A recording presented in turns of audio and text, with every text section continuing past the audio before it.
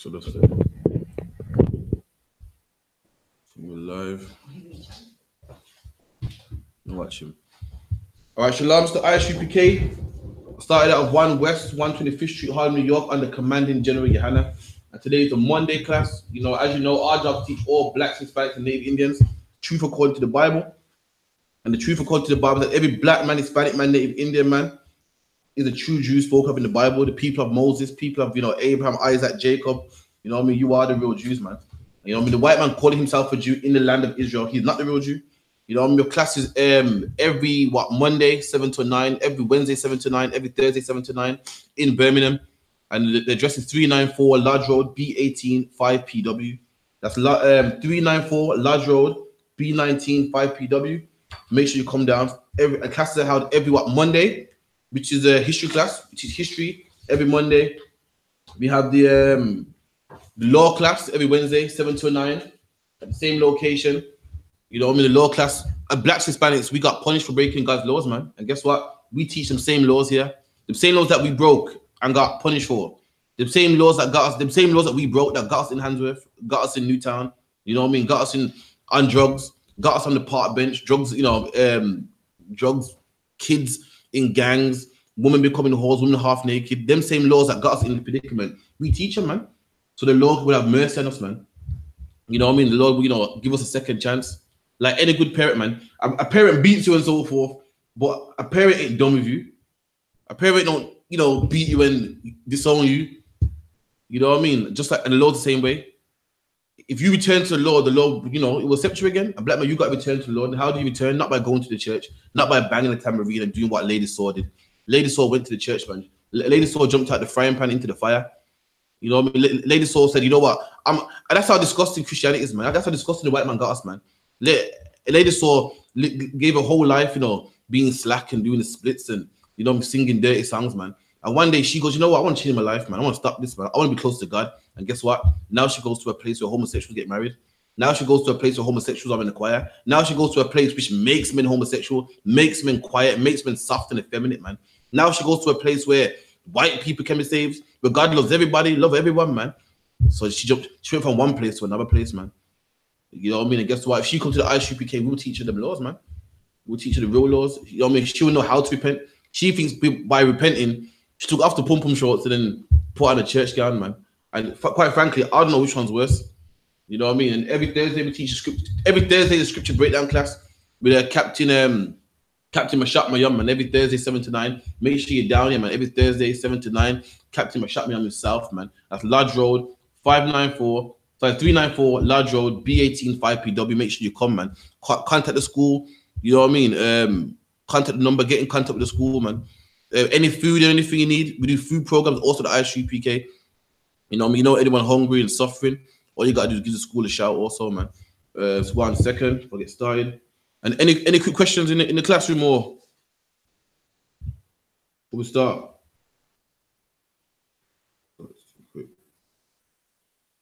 I'm about to post the link right for anyone's attendance. Anyone wants to do it, get the attendance up, get the 90 days up. I'm about to post the link right now.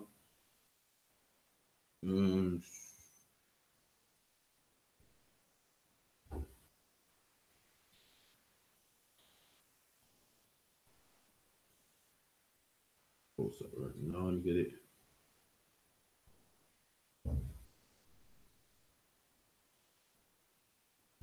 No question in the class now? Online? Let me see. Shalom from Janelle in London. Shalom to Mingo Johnson. Shalom to Shara Yahawada.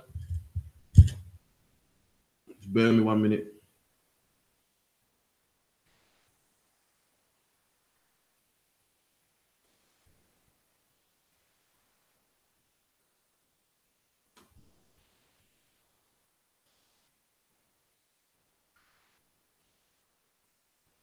Okay.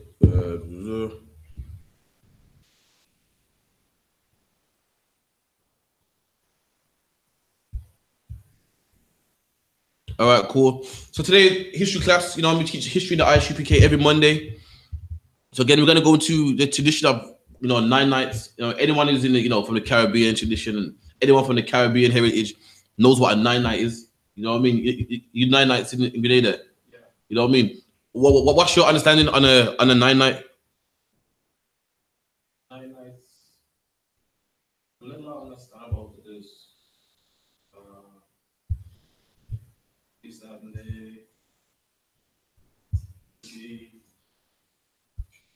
like what? So just to tell me, like basically from your what do people do at 9 nights and so forth? Just come together. Well, some in the Catholic they just come together, host prayer and stuff like that. Yeah, so as the brother said, basically at 9 nights when someone, a loved one dies, it's basically it's a wake, what the white man would call a wake, yeah. But it's a Caribbean one, you know what I mean? And at the 9 night, there's certain things that black people do in these 9 nights, you know what I mean? Like they have rum out, you know, they tend to eat what, fish and bread, have rum out for the dead and so forth. They think, you know what I mean? They think the dead would eat the bread and so forth. People chill for 9 nights before they bury the body. You know what I mean? What we don't, just like with anything that black people do, just like with Christmas, Easter, birthdays, just like with anything that black people do, we don't know the origin. We don't ask the Most High what he thinks about this. We don't ask if it's lawful. General Muhammad always says, when you do anything, the question should be, is it lawful? You know what I mean? And that's what we don't ask. A lot of black people people die. Who said that new movie Yardi? When it's talking about, it's a new movie Yardi, when talking about the 9 night and the spirit won't rest and all that garbage there. That's nowhere in the Bible. And our people believe in this. And a lot of our young ones follow this tradition. You know, they go to 9 nights and so forth, and ain't got a clue what the origins is about. You know, where's it come from? You got to prove of this. It is pagan. Is it Satan worship and so forth, man? You know what I mean? But we're gonna get that in a second. Slack, yeah. A lot of people just follow the form tradition. Exactly, for traditions. Many of us think, well, you know, my grandparents did it. I did it. I thought it was harmless too. Slack says. Again, a 9 night, when we go into it, you're gonna find out that a 9 night is reverence to spirits and the other gods and so forth, and you know what I mean, tradition that we don't do, man. You know what I mean? There's many things that ain't a sin that, you know, as black people we can do. You know, traditions. Like for instance, a brother the other day wanted to it was Haitian or from tribe of Levite, and he wanted to celebrate Haiti's independence. And Captain Carter said, well, you know, there's nothing wrong with that. It's not sin. He's saying you ain't free from nothing, though. You know what I mean? The white man still rules the Haiti and so forth, but it's not sin. If you want to go celebrate, you know, the Haiti's, what's it called? Then you can do it. But certain things you can't celebrate, man. Christmas, you can't celebrate. Christmas is so look, it's 1 more second to get this link, man.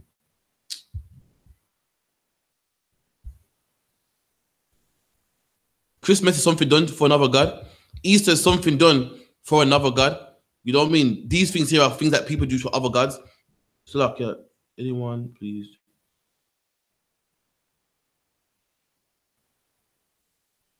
If I put your name in that link, right? That's the attendance.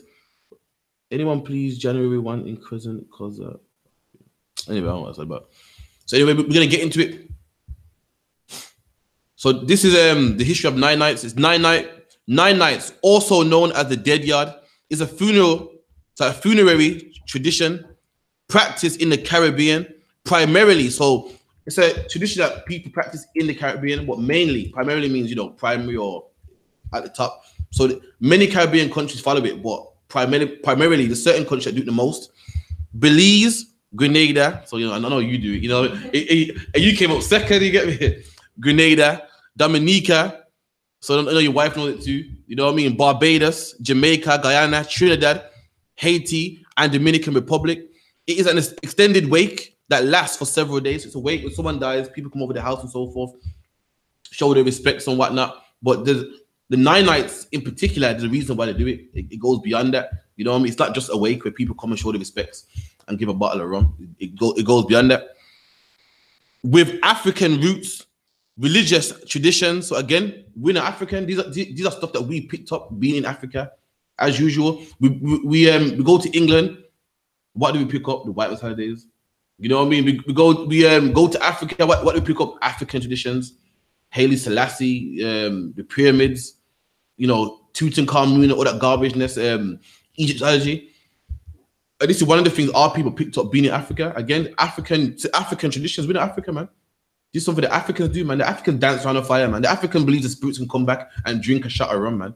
The Africans believe that the Africans used to bury their kings in all their gold. Why? Because they believe in the afterlife, they're going to come and take that gold back. And that's exactly what we're doing when we have 9 nights, leaving rum out for people. Thinking that a spirit needs a shot of rum to quench his thirst, man. Thinking that spirit needs some fish and bread, man. That's exactly what the Africans did, man. But all it is, it's modified today and changed around. So you think, nah, I'm not doing what the Egyptians did. They're stupid, man. But if you're leaving rum out for your dead nan, that's exactly what you're doing. The Egyptians left gold, buried their dead ones in gold, because they thought in the afterlife, they're going to take that gold. And you leave rum and bread out for your nan, thinking that in the afterlife, she's going to need that fish and bread, man. She's going to need that shot of rum. During this time, friends and family come together to the home of the deceased to share their condolences and memories while singing hymns and eating. So again, people, it sounds all friendly and nice, just like Christmas, man. Just like, hymns and, and people coming over and singing hymns outside your house. Friends and loved ones come over to the man that's dead, the man that's deceased, and they sing hymns and so forth. In the old days, the nights were calm and reserved for the most part, but that tradition changed with the times. Today, these gatherings resemble parties much more than they resembled wakes. So again, black people are, man. Originally, wakes were more calm, quiet. People sit down, mourning. But black people are. We don't, come on, man. Caribbeans as well. Now they're like parties, man. People come over dressed nice, the music starts off, 20%, one, 2 shots of rum, turns up to 50. Before you know it, it's a full out party, man. I know a brother that died one time, and he had a wake, not far from here. As I drove past, because this brother was like, big in the community. As I drove past, the roads were blocked off, parties, everything. You would never know someone died, man. The roads were blocked off, the big community. You couldn't miss it, man. Though it's not true for all 9 nights of traditions. 9 nights are no longer a time to mourn, but a time to celebrate, since the loved one is no longer suffering in life. So it started off, people do these things because they believe, you're no longer suffering in life. You're out, you're in the spiritual world, you're in peace nowadays. So this is what they'll celebrate for. While friends come, they do not come with just condolences. Instead, they come with food, drink, and music. This is, after all, a celebration. True to its name, the celebration lasts 9 nights, hence why it's called 9 nights, because they do this for 9 nights. And the final night being the night before the church service. Though some modern islanders only celebrate for 7 days and 7 nights, on the 9th night, the family members prepare food for all who come.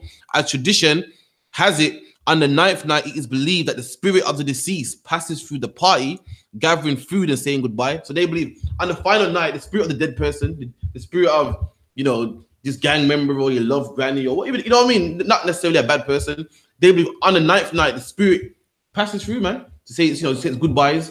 Do you know what I mean? Check who that is.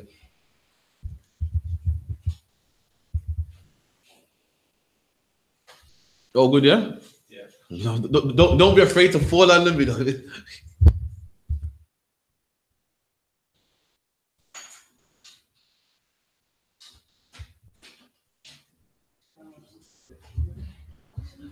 Show me how smart I thought.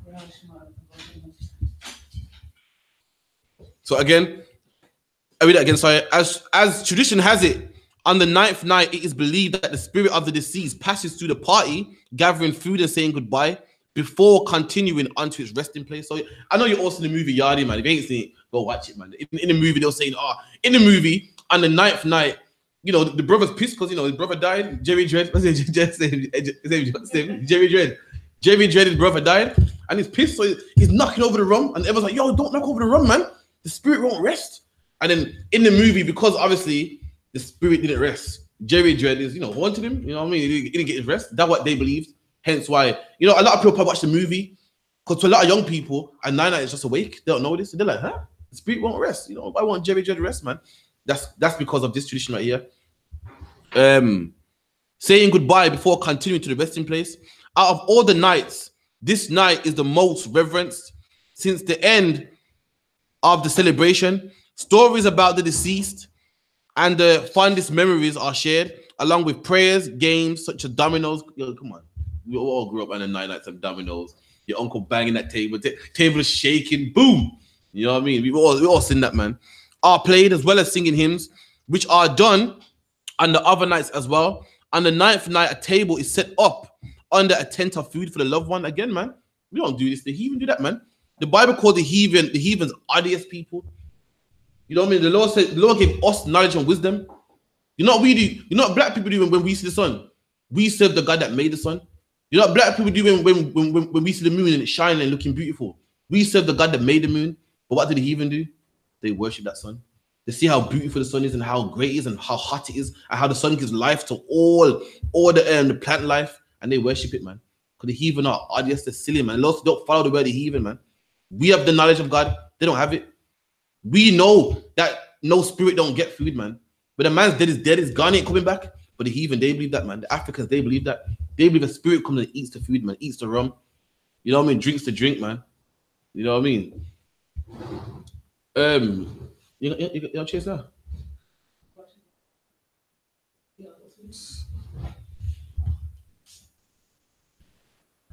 It's like, what's your idea on a 9 night? From what you know? I know you've been to a few in your life. It's like a celebration, like remembering someone's death. Yeah. So for what you understand, what is the reason for it?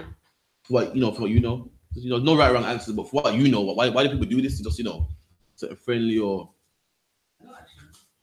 like in the right place? Then you know what I mean. You're gonna find out why. You're gonna find out why they do it today. You know what I mean?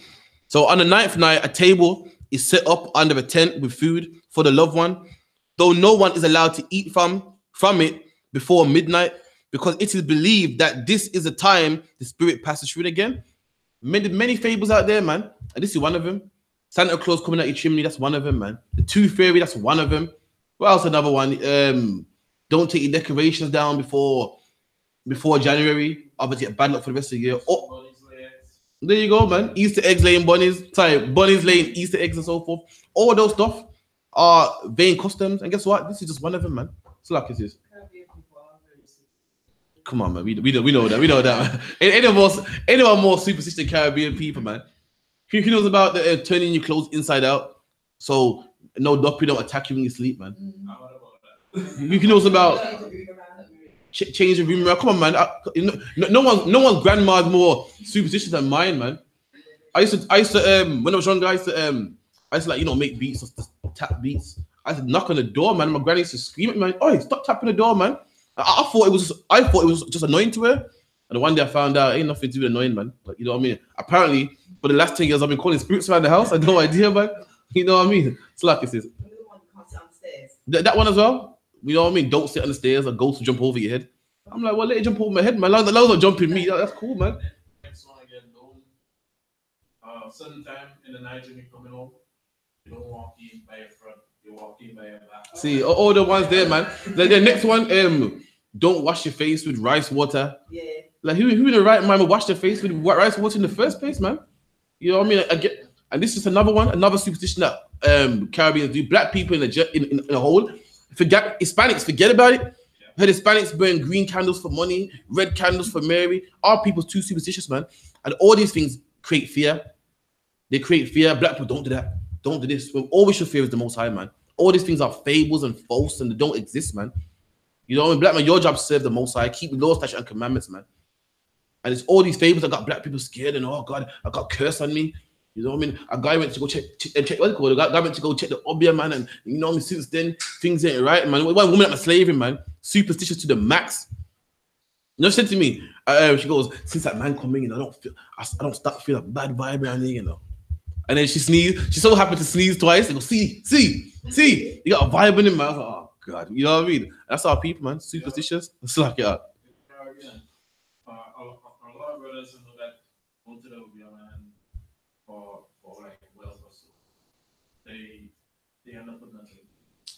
And there you go, man. Our people is so superstitious. We give the obia man all our money, man, and nothing happens. You know the man says to you, yeah, you gotta give some more, man. You gotta give some more. The obia man is like the Caribbean equivalent to a pastor, man. You give your money to a pastor trying to make your life better, and in the Caribbean, that's the obia man. He's like, listen, man, you know me, I sent some vibes on you, you know. What you do, yeah? Bring me 2 ram, some rum, I guess who drinks this rum? Guess who eats that ram? We're from England where our food comes from the supermarket. But in the islands, a full ram. That's a good meal, man. If you live in a family of 3 people, you know how long a ram can serve you. The leg alone can serve you for a good couple of meals. Then the back and the flank, oh gosh, forget about it.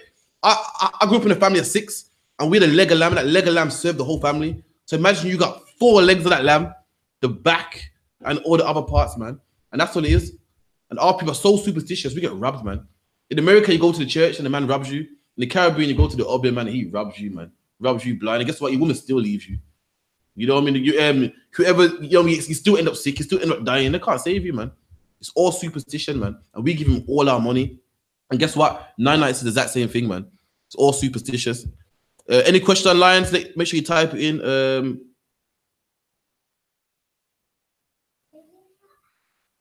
Brother said his dad Jamaican and he gets it too. I hear you, man. You know what I mean? We all had that. Anyway, yeah, because it is believed that the spirit passes through. So they believe at the 9 night, the spirit comes through, man. He gets some of that rum cake, he gets some of that, that fish and bread and that hard bread, and he gets some of that rum. So they leave it out for them, man, which we know is nonsense, man. You know what I mean? Along with the food are drinks. Most often Jamaican rum. That's the most often, man. That's the most common. Everyone leaves rum out for the dead. I don't know why. I know people that died that didn't drink rum in their lifetime, but for some reason now they're dead, they want some rum. It beats me. With no less than 100% proof, so they want the 100% rum. They want that rare nephew, man. They don't want that. What's that crap they got in these shops nowadays, man? That Captain Morgan. They don't want that, man. They want that rare nephew, that 100% proof rum.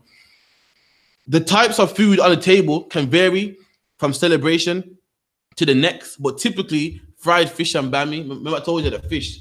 Again, something about that fish, man. You know what I mean? I don't know why, but anyway, our main foods on the table. This time is very important to the family because it gives them time to celebrate the life of their loved one and to be able to say their goodbyes. So they believe, listen, if your parents are on a deathbed, you want to say goodbyes. Like Miss Dynamite, her granny's in what? Sick house, yeah? She better say her goodbyes now, man. You are not saying your goodbye to someone who ain't there eating fish and bami in a room on the 9 night of their wake. It's not them, man. They are dead. They ain't coming back, man. I feel sorry to say it to you, but that's the honest truth. If they're sick and they're in their bed, you better say your goodbyes now. All this is fables, it's lies, it's fairy tales, man.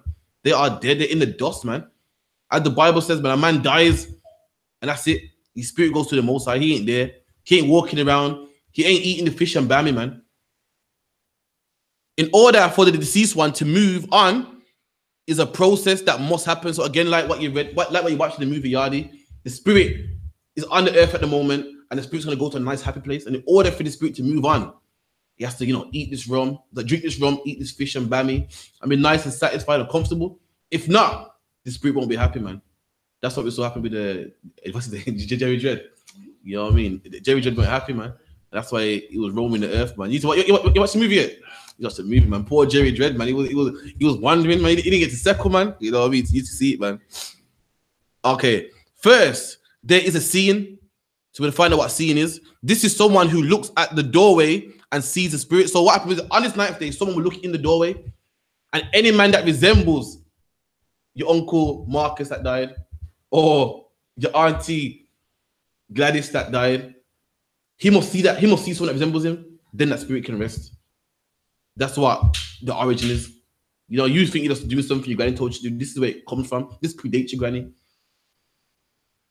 Then, so they tell someone, and that person tells someone, and so on. The leader of the ceremony greets the duppy or the spirit, and the night song begins. This is a song played for the duppy. So now the duppy don't just eat, don't just drink. The duppy like to jam as well. Like to listen to some music too. Sing songs to him as well.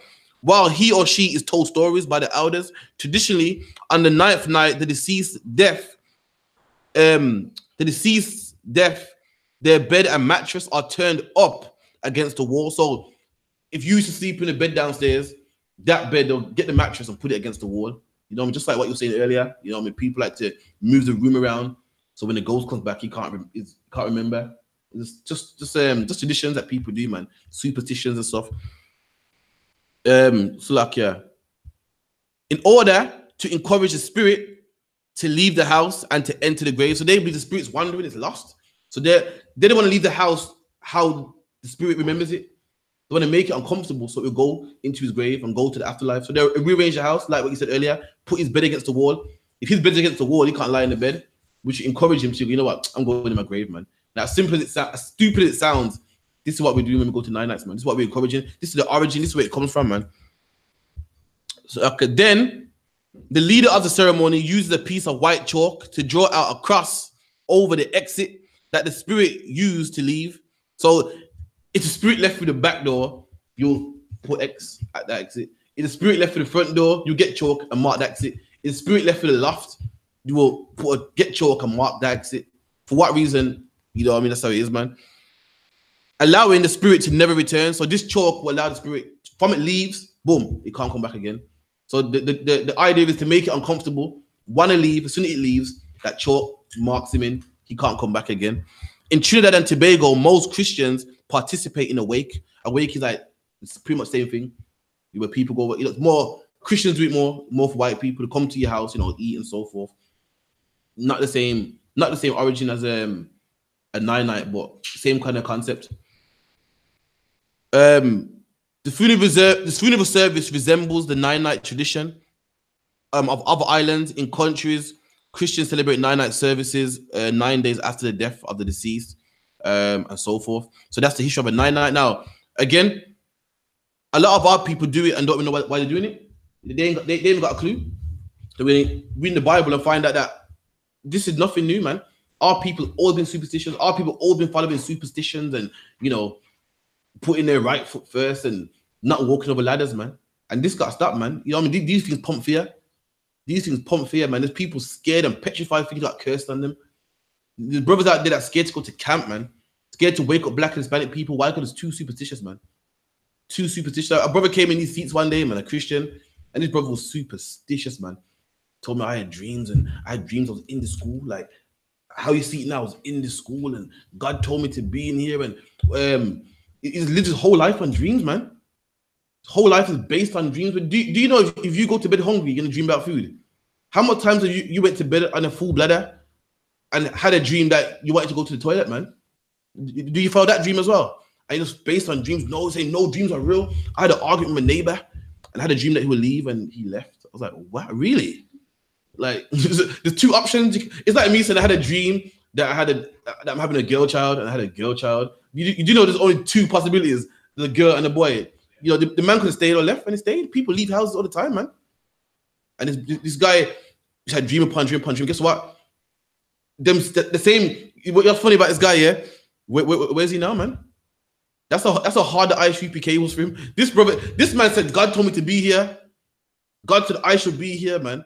And the I.S.U.P.K was so rough for him. The same God he follows, he don't listen to him no more. He can't come in here. God told you that you must be here.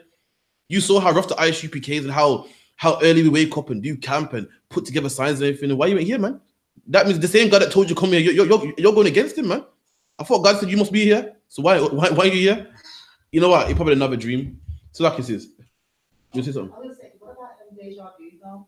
You know what I mean? Like, things happen, like, you know, you get coincidence. What happens is something will happen in your life and you saw it happen, but it's in the back of your brain. You don't remember it's in the back of your brain. So you see it again and you go, this feels strange. It's in there. It's in your brain somewhere. You saw it. You could be walking sometimes and you'll glimpse a man. You glimpse Carawan. You saw him, but it was nothing significant to you. So you don't really remember it, but it's in your brain still. It's in the back. And the one that you meet him and you're like, yo, I feel like I know you from somewhere, man. Where do I know you from? A lot of people get that feeling and they go, yeah, it's spiritual, man. I know you from the afterlife or something like that, man. It's not always the case. Another one is people say, yeah, you know, I'm sleeping and something's holding me down in my sleep and I can't move, man. When there's a scientific term for it, you know what I mean? I can't remember. Dungelbar always say it, man. I can't, something paralysis. When basically your mind's awake, but your body's asleep. You know, when you sleep, your brain lets off a signal which paralyzes your body, and all is you're still paralyzed. So your brain's awake, you're seeing stuff, but you just can't move it, man. That's why you wake up tired in the morning. That's why sometimes you can hear stuff, but you don't react to it. That's what it is. But our people, again, fancy Christianity, we believe in ghouls and goblins, and every minute now, man, something's holding me down, man. You know what I mean? A demon's job is to kill you, man. Read the book of Luke. What business the demon got holding you down for 2 minutes and letting go, man? You know what I mean? A demon job is to destroy you, man. A demon job, once you're worried about a demon holding you down, when really the demon's got you smoking cigarettes, man. Got your lungs black. You're worried about a demon what's holding you down got to do? You're worried about a demon holding you down when really it's a demon making you sleep with all these whores, man. Trying to get you to have AIDS. Demons want you dead, man. They don't want to hold you down for 10 seconds. Trust me, believe me. I've read this Bible. Demons want you dead. Their job is to have you dead, man. Actually, I'm going to get in the scriptures real quick before I move on to my topic.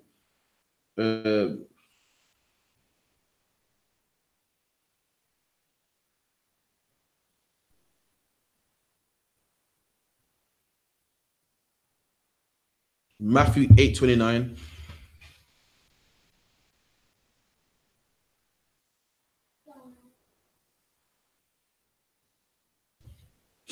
It's the book of Matthew 8:29.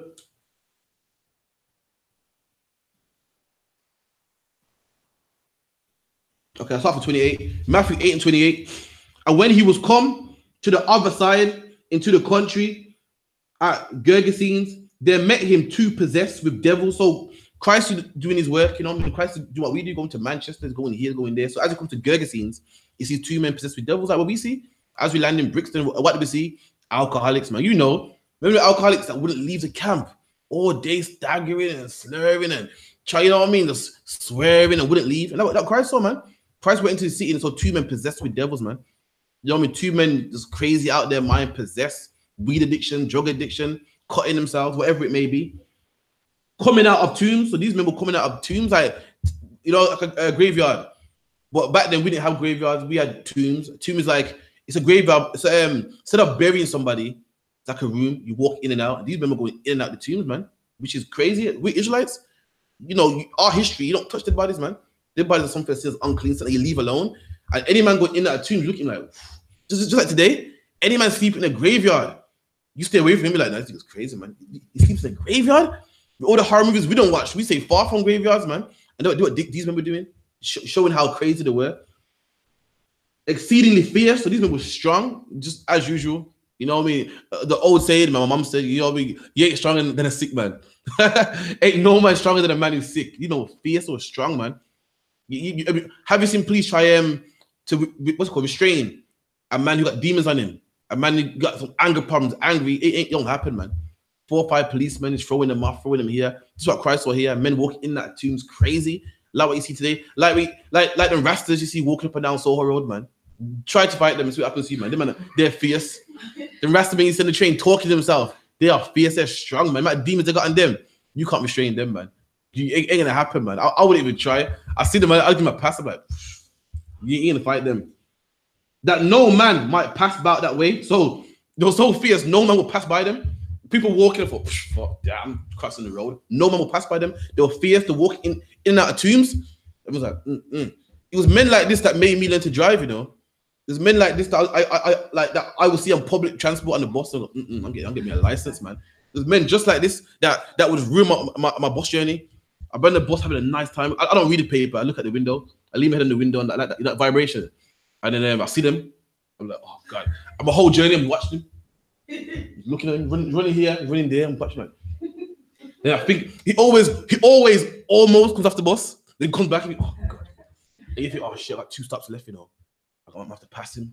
You know the ones there. Men like that got me driving, man. And this is what Christ saw here. And behold, they cried out, saying, what have we to do with you, Yahushua, thou son of God? So the Christ go, yo, what's the problem? What have we done to you, man? They knew Christ was gonna cast them out. And like Christ, you know what I mean? You know, what have we got to do with you, man? What should be for us?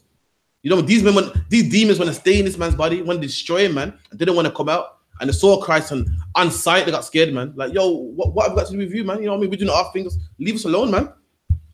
Art thou come hither to torment us before our time? And they say, listen, you come to cast us out before our time. When you read the Bible said when a demon is cast out, he goes through he goes to the dry places, saying, where should I live? Where should I go? And that's torment. So take a demon out is tormenting a demon. You read it in the book of Matthew. So when a demon is cast out, it goes forth in dry places, saying, I want to go home. And it takes 5 demons and goes back. So when a demon is cast out, it's tormented, don't know what to do, don't know who to bother next. And they're saying, Christ, you come do it to us. You come take us out right now. Come torment us before our time. What does that mean before their time?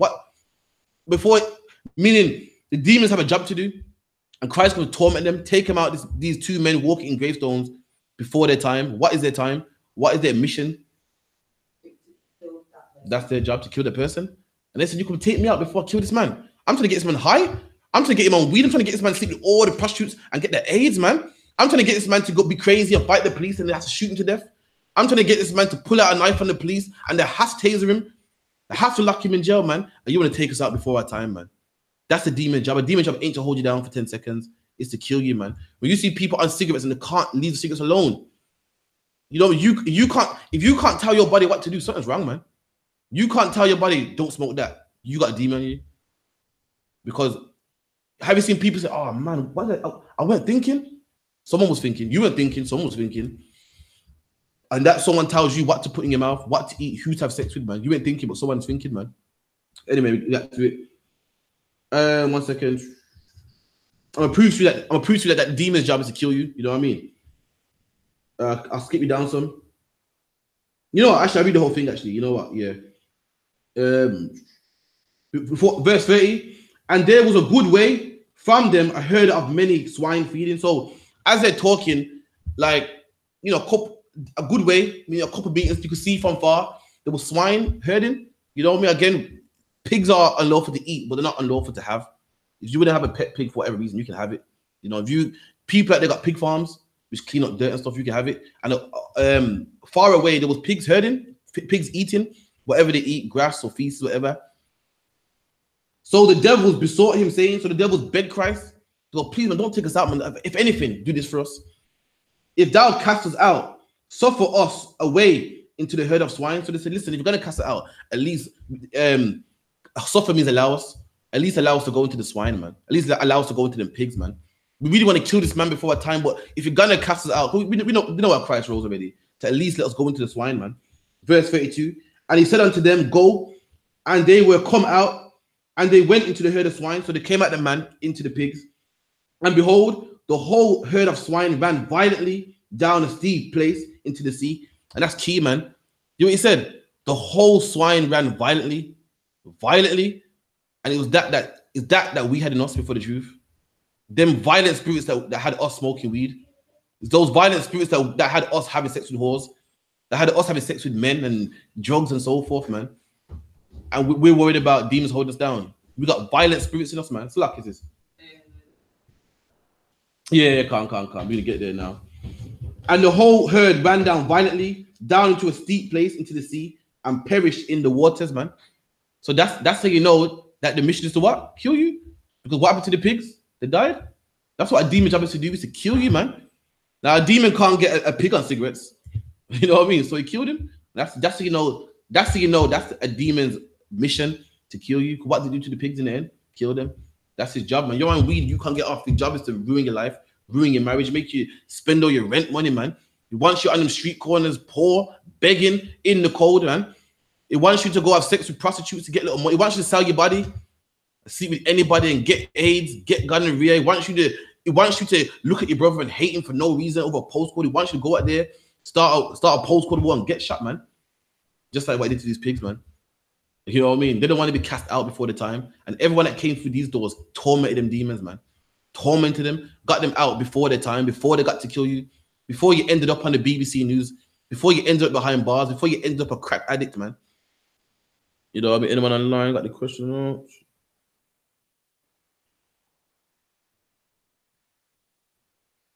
Okay, cool. So let me get Acts 17 and 22.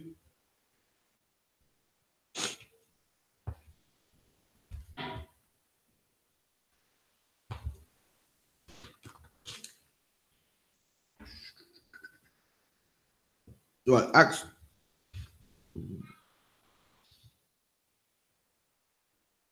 Okay, Acts 13 and 19.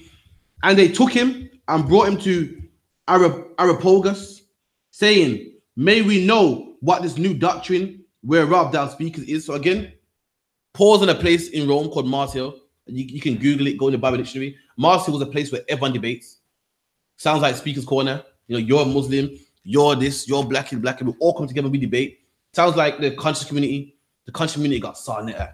You got Polite, who's New Covenant. You got the Black Jewish Moors. You got the Islam community here. That's what we're seeing right now. Paul went to a place just like this called Mars Hill. And they said to Paul, all right, then cool. You know, they've heard many doctrines, heard about this doctrine, that doctrine. And I don't want to know about Paul's doctrine. The doctrine that Paul got about a man called Yahushua who gave his life so blacks and Hispanics can have a second chance. Paul's doctrine, the same doctrine that Christ spoke. You want to know about this? About keeping laws, statutes, and commandments. Are curious? They've heard all the other doctrines. They heard about Zeus and Greek and this. Now they want to hear about Paul's doctrine. For thou bringest certain strange things to our ears. And what Paul's speaking strange to them. Paul saying don't have idols. That's strange, man. They've been following Greek customs, Roman customs, man. And what Paul's bringing is strange to them. What I'm bringing today in this class is strange, man. People are like, what? 9-9? I could have a 9-9. Well, you know, my granddad was good to me. I want to sit down and remember it, man. Strange. What we teach in I.S.U.P.K. strange. Fringe on your clothes. That's strange. Can't have sex with white women. That's strange. I can't love all people. I can't join the white man and fight in his army. I can't fight for my country. I'm British. I'm black British, man. What Paul was bringing was strange to them back then. The Israelites back then, and what we bring is strange also, man. We would know, therefore, what these things mean. For all the Athenians, that's people that dwell at Athens, and the strangers which were there spent their time in nothing but either to tell or to hear something new. So all these people did, like what I said earlier, all these brothers did at Mars Hill was just to debate. That's why Paul was there. You know what I mean? Why do we go Speaker's Corner? What else? You know, people go there to debate. So we come to win them over, man. We come to show them the real gospel, man, the real doctrine, how to serve the Most High. And Paul's doing the same thing. Everyone there just likes to debate, hear something new. You know what? That's a good idea, man. That's why Paul was there, to win them over. That's why Captain Tazaya runs the country community, man. They got the Black Moors, Egyptologists, New Covenants, the Black Panthers. And that's why Tazaya's there, man. That's why we go to Speaker's Corner. They got the Muslims there, the Christians there, got the Rastafarian there, and who else? Raspek and all them guys there, man. That's why we there. For the same reason Paul was there, man. Then Paul stood up in the midst of Mars Hill and said, ye men of Athens, I perceive that in all things you are too superstitious. So guess what? Our people always been superstitious, man. Everyone listens to this doctrine and that doctrine. And Paul said, listen, you know what I mean? Israelites, man, blacks, Hispanics, and Native Indians, we are so superstitious, man. And in 2018, we are superstitious. The white man is not superstitious, man. He has a few superstitions, but ain't no one more superstitious than blacks, Hispanics, man. Go get yourself an Hispanic friend, man. Go to London and find yourself one of the tribes, man. One of the I.S.U.P.K, or you know what I mean, Ephraimite, man. And they are what you call superstitious. They believe the statue of Mary cries, man. They bow down to the statue of Mary. They leave food out for the statue of Mary. That's superstitious. They burn green candles for luck and red candles for wealth. That's superstitious, man. And guess what? You know what I mean? My fellow Benjamites, man. Any man doing a 9-night leaving bread out for a dead man, that's superstitious also. Any man turning his bedclothes inside out so a ghost don't hold him down, that's superstitious too, man. You know, any man flipping a mattress over, superstitious, man. What's the other one? Any man scared to sit on the stairs because a ghost might jump over them. Any man walking as a group and don't want to split the group or don't want to walk on the cracks of the pavement, that's superstitious. And that's how I know we are the Israelites, man. Ain't no one more superstitious than us. Ain't no one. Judahites forget about it. Caribbeans forget about it. Hispanics forget about it, man. We are superstitious, man. And superstition pumps fear, man. Let me get 1 Timothy 4:7. Let's see if I got anything online real quick. One sec.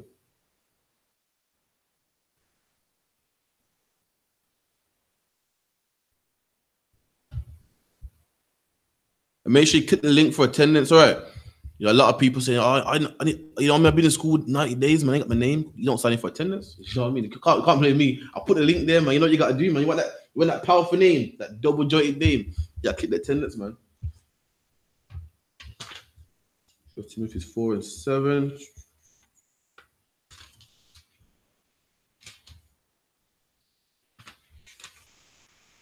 This is 1 Timothy 4:7.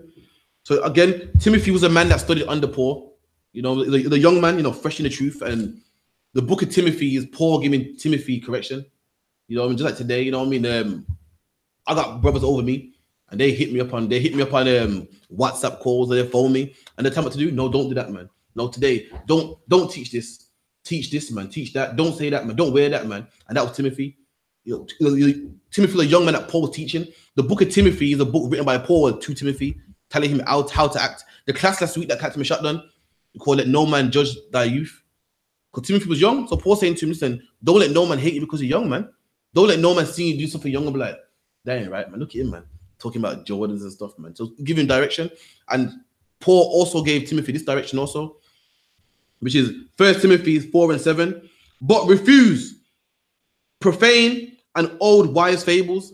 And Paul told Timothy to refuse fables, man. What's these fables? 9 nights. What's these fables? Green candles. What's these fables? The statue of Mary crying. Paul said refuse it, man. If you refuse something, you reject it. Paul said refuse that, man. Follow the law, statutes, and commandments, all these wise fables. And guess what? Guess where Timothy grew up, man? In Rome. In Rome, who are known for being big philosophers, man. Who are known for talking about this God is a God of the water, this God is a God of the sea, and this and that. So Paul's saying, listen, refuse these fables, man. Refuse these 9 nights and these Santa Marias, and refuse all these, go to the Obi, man, because he'll help you out, man. Refuse old wise fables. 9 nights is a fable, man. A fable's a story. Any man telling you where the spirit walks around the house for 7 days, you know, the spirit wants a bit of food. You know what you gotta do? Flip your match over so the spirit don't come back. That is a fable, that's a story, man. And Paul said to reject these things, refuse these things, man. Don't take these things on board, don't accept them, man. And old wise fables, and exercise thyself unto godliness. So Paul's saying, forget the 9 night, man. Forget these fables and stories, and because apparently, you know, when the sun turns red, the demons come out. Paul saying, forget all that, man. Exercise means to do.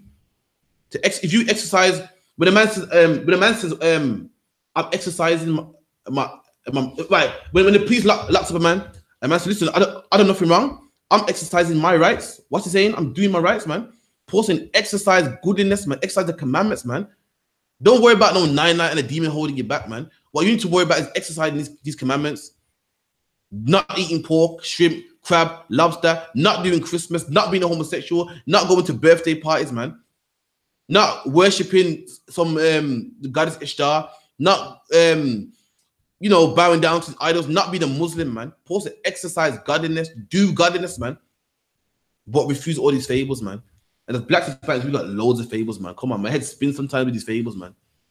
The amount of fables I've heard of my life. The serpent had sex with Eve, fable, man. Meanwhile, you're smoking a cigarette. That's what you need to worry about, man. The reason why a man got Adam's apple, because when Adam ate the apple, the piece of the apple got stuck in his throat, man. It's more fables, man. See, Adam had a wife called Lilith, and that was his first wife. All those are fables, man. Paul said, forget that, man. Exercise godliness. That's what we need to focus on, man. Out there's many books and philosophies, many traditions that black people doing. All these are just fables, stories that are not true, man. All right, cool. Let me get well, Colossians 2:8.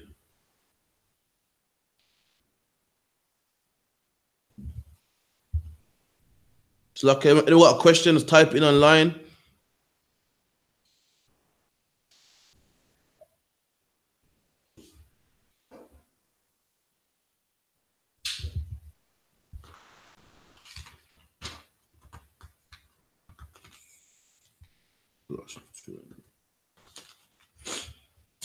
Again, Colossians 2:8. Beware, lest any man spoil you through philosophy. You know what philosophy is? I'm gonna get the definition. Our people, spoil means to be robbed, man. We've been, we got a kingdom coming, and it belongs to us, man. And all we gotta do to get this kingdom is follow the Most High. And we make people rob us of that kingdom when we celebrate Christmas. We make people rob us when they go, listen, you God of all people. God made all people. You let them rob you, man. And Paul saying, beware lest any man rob you of that kingdom, man, through philosophy. Let me get that real quick.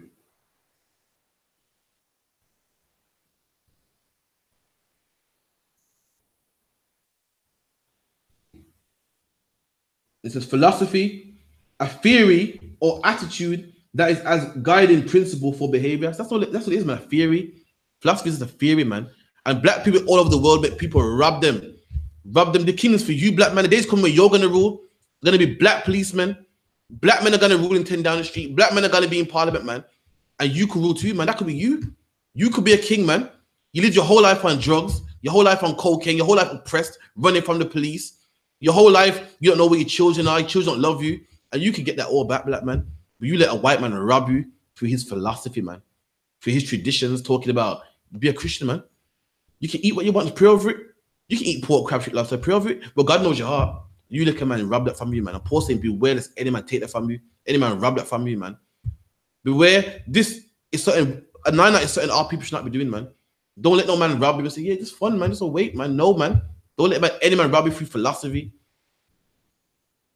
And vain deceit. And vain deceit, not deceit, isn't it? Someone tricks you, man.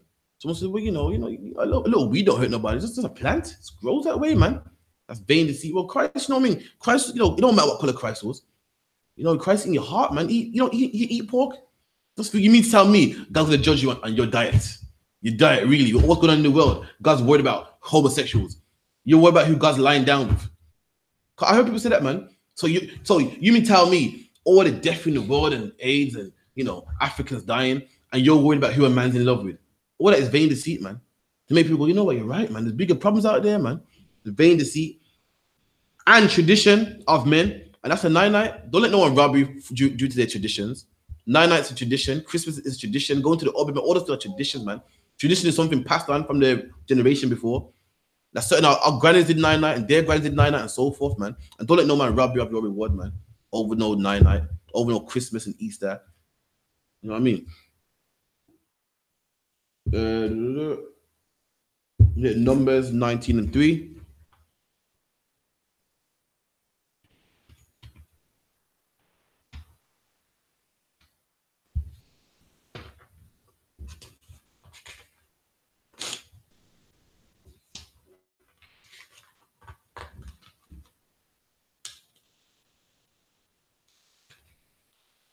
It's the book of Numbers 19:1. And the Lord spake unto Moses and to Aaron, saying, this is the ordinance of the Lord. Anyone know what ordinance is? Like an order, like an ordinance is how things are set up. Lord telling Moses and Aaron, this is how I want things set up, man. Just like if you watch the I.S.U.P.K Sabbath service, we have an ordinance. We blow the trumpet first, incense boiling. That's an ordinance. The Lord's telling Moses and Aaron how he wants things set up in Israel. You know what I mean? This is one of them. These are the ordinances of the law, which the Lord have commanded, saying, again, the Lord commanded us. It's not an option. It's nothing that we can say, I don't want to do it, man. He commanded us, man. Commanded a strict order that you must do. There ain't nothing homosexual about this book, man. Christians think the laws are lovely and nice. All throughout this book, all I see is masculinity. Commandments saying, do this, do that. That's the Lord we serve, man. The God of the church, I don't know who he is. The God of the church, he knows your heart, and he knows your heart and loves you no matter what you do. That's not what I read here. The God of this Bible gives commandments. He said, you must do this, man. You must do that, man. Ain't no suggestions. Didn't say you can do it if you want. He said, this is what you must do. That day, bring their red heifer without spot. Within is no blemish, and upon which never came yoke. Was it? Slakia, verse 13, Slakia. Whosoever toucheth the dead body of any man that is dead and purifieth not himself is defiled the tabernacle of the Lord. Again, so you can't touch those dead bodies, man. So in Israel back in our day, we wasn't having no 9 man. We didn't have no dead body in our house for 9 days, man. That was unclean. Any man doing that was unclean, man. We handled bodies. Someone had to bury them. But we was unclean for 7 days. We didn't have bodies rotting there for 9 days. We'll put you in a tomb, wrap you up, and put you in a tomb, man. That's what we do with our dead. It's like, yeah. So exactly. And if any man touches dead bodies, the Lord took it serious, man. The Lord did not want you around his people. You could not have. The Lord said, if any man touch this, can't be around the congregation. The congregation is a gathering of people. You can't touch no dead body and be around a gathering of people, man. That will bring diseases to the masses of people. Imagine that when people do mass shootings or church shootings, where do they go? They go where the loads of people is. The Lord don't want that. The Lord's saying, if you do handle a dead body, stay by yourself, man. If anything does break out and you get sick, then maybe you and your friend. But all these people, I don't want them sick. So what are you doing with a dead body in your house for loads of people? What are loads of people doing a dead body in your living room? So the living room, It's the front room. Nah, man, it's the front room. So like it's a front room. Everyone about the front room. The front room's are holy. If you got a granny, I don't know about how it's in the Caribbean, but yo, the living room in England, yo, if you got a granny, you see the Lord in the Bible he got a sanctuary, the veil, no man can go. It's holy. In the UK, every granny has one too, man. It's called the front room.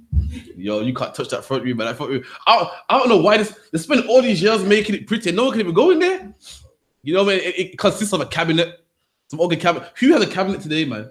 Got a cabinet inside there, some pretty chairs, pretty cups that no one can touch. You can't sit on the chairs covered. But you can't go in that room. That room's holy, man.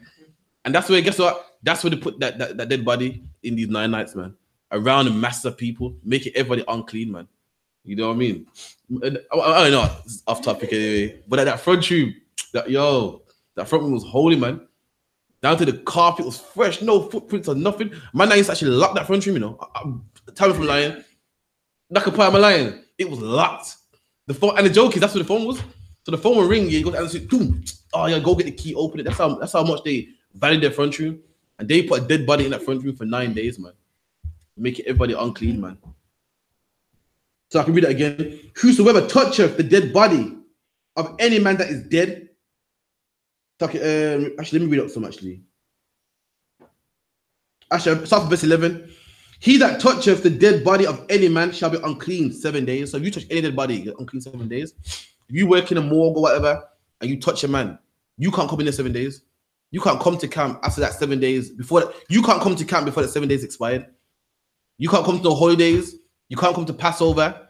You can't come to camp. You can't come to classes until them 7 days are expired, man. The Lord took it. This is a commandment. This ain't, this command, man. It's a commandment of do and don't. Like the white man got commandments too, man. The white man commandments too. Don't drive 50 in a 30-mile zone. The white man is, you can't, it's against the law to walk on the motorway. Anyone doing that, there'll be punishments, man. It's like, you're unclean. For 7 days, yeah. Now, ain't nothing wrong with going to it. Being unclean is innocent. There's reasons why. There's good reasons why some people can be unclean, like a woman's menstrual. A man has sex with his woman. A man goes to a funeral. Being unclean ain't a sin. There's certain things you can't do when you're unclean. You know what I mean? Yeah. You touch the dead body and so forth. You can't come here. If someone dies on the street in front of you on your way to class, man, and you gotta give him CPR, which I don't mind. But I don't require you to do. And he didn't make it.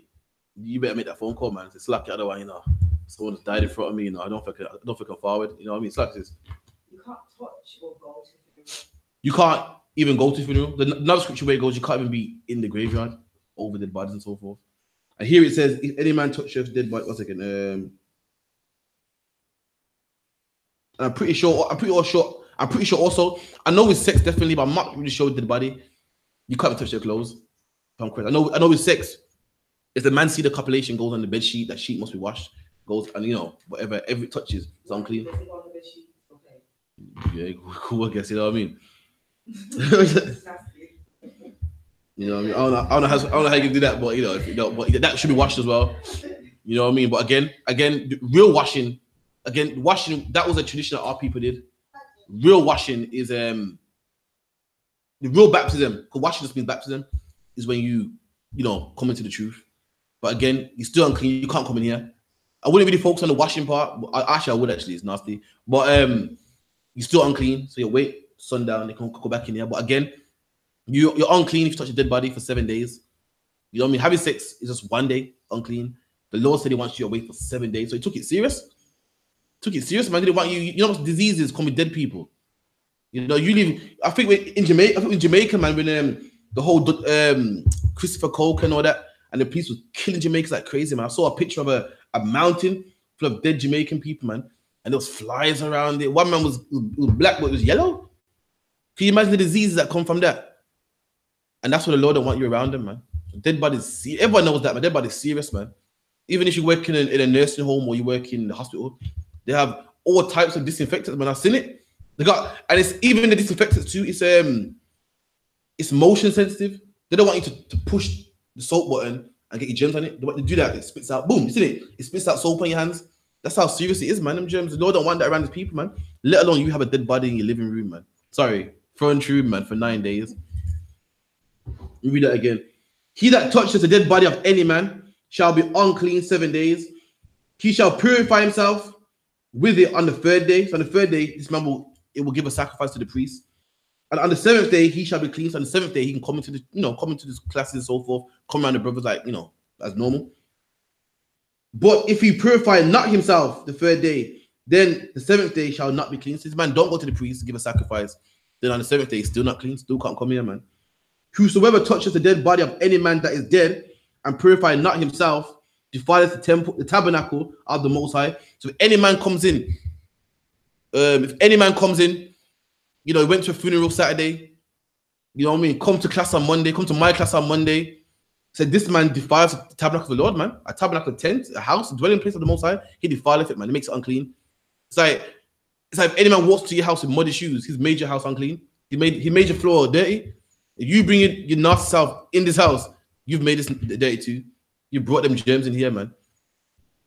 And that soul shall be cut off from among Israel. And the Lord took it so serious. This is where it's something like, oh, come on, no big deal, man. The Lord said it's so serious. You and the Israelite no more. You know what I mean? You're cut off amongst our people. I don't know where to go. You have to go to China, live with them or something. You know what I mean? Live in East India or something. But you couldn't be one of us. You weren't one of our people no more. We didn't deal with you, didn't talk with you. Our daughters would never marry yours again. As far as we're concerned, you're not one of us no more. You know how we treat our sons when they're gay? Like, yo, you ain't my son. I don't know who you are. You know how certain men have sex with women and they find out the woman's a whore and they literally just walk past them in the streets. The woman got the pram and just walk past them. Boom, I don't know, she ain't my woman. That's how we would treat you. You weren't us no more. Wouldn't give our sons to you. You know what I mean? If you was hungry, like, she ain't one of us. Wouldn't employ you. You work the job, you have to go out there with the heathen, man. Hence why in the New Testament, you got the strangers. The people, these are people that were cast out. You know what I mean? And the Lord said they can come back. Zakia, because the water of separation was not sprinkled upon him, he shall be unclean. His uncleanness shall be upon him. That's what we saw. We saw him. Look at this filthy heathen, man. Look at this nasty man right here, man. You know, you see in the islands, look, we see a chichi man, like, look at that chichi man. Don't talk to him, man. You see how we look at the police. Man, look at them police, man. Every time we walk, you've been walking, the police will go right there. So we don't talk to them. That was this man here, cut off from amongst his people, man. That's why in the book of Acts, the man called the Ethiopian. Why? He was cut off. I think he was living in Ethiopia. He was a eunuch. He had his a eunuch's a man that ain't got his private parts working. And a eunuch also was cut off as well. Couldn't be one of us, man. Zakia. This is the law of when a man dieth in a tent. So this is the law. You break it down because the Bible is black and white specific, no gray areas. The Bible say like a homosexual shall die. You say the man that he lies with and the man shall die also. No gray areas. Because someone will say, well, what about the giver? Well, what about the taker? The Lord is straight with it. So now we're going to break down all the different events in which a man can die. So say if a man dies in a tent, in a house, on the floor, break it down so no man can say I'm unclean, but it's different because you know what I mean? For any excuse. This is the law when a man dies for the tent, all that come into the tent and all that is in the tent shall be unclean 7 days. And where do we do it nowadays? In the house, man. You got dead body in your house. Every man in the house is unclean. Every man with that rum, every man with the rum and the fish and the bammy, singing them songs and playing dominoes is unclean too, man. And every open vessel which have no covering bound upon it is unclean. And whosoever touches that is slain with the sword in the open fields, or a dead body, or the bone of a man, or a grave shall be unclean 7 days. So that's your question. If any man even goes to a grave, man, you want to go, we don't really do it in Israel, but if you want to go visit your nan and put fresh flowers on a grave, you're unclean 7 days also, man. Want to read it again?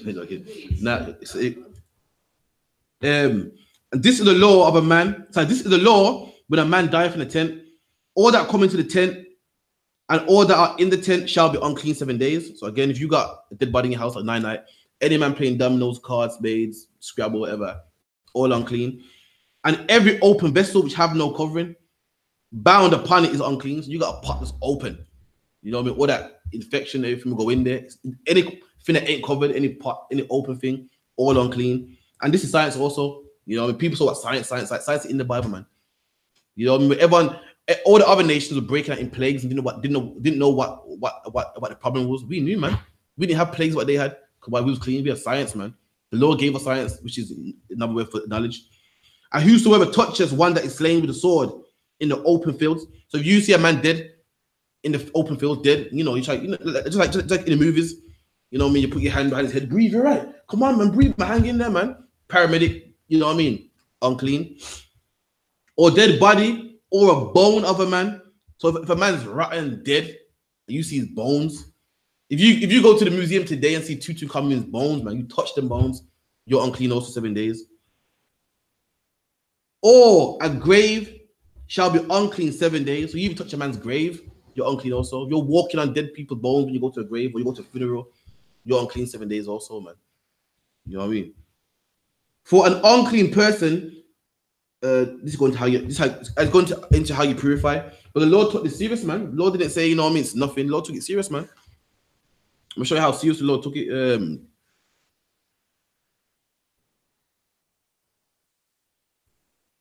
The sister's right. She goes, so people don't catch illnesses, man.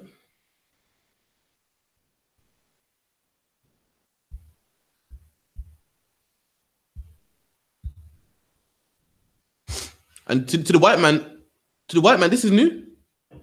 This is new, man. Do you know back in I'm not sure if you know this yet. A sister, some of the older sisters online would tell you, man, when the black people first come to England, white people was putting bread on your doorstep and that, man. And now they found out that it's wrong to put bread on the doorstep, and now it's like wow, we got a new discovery. You can't put bread on your doorstep, man.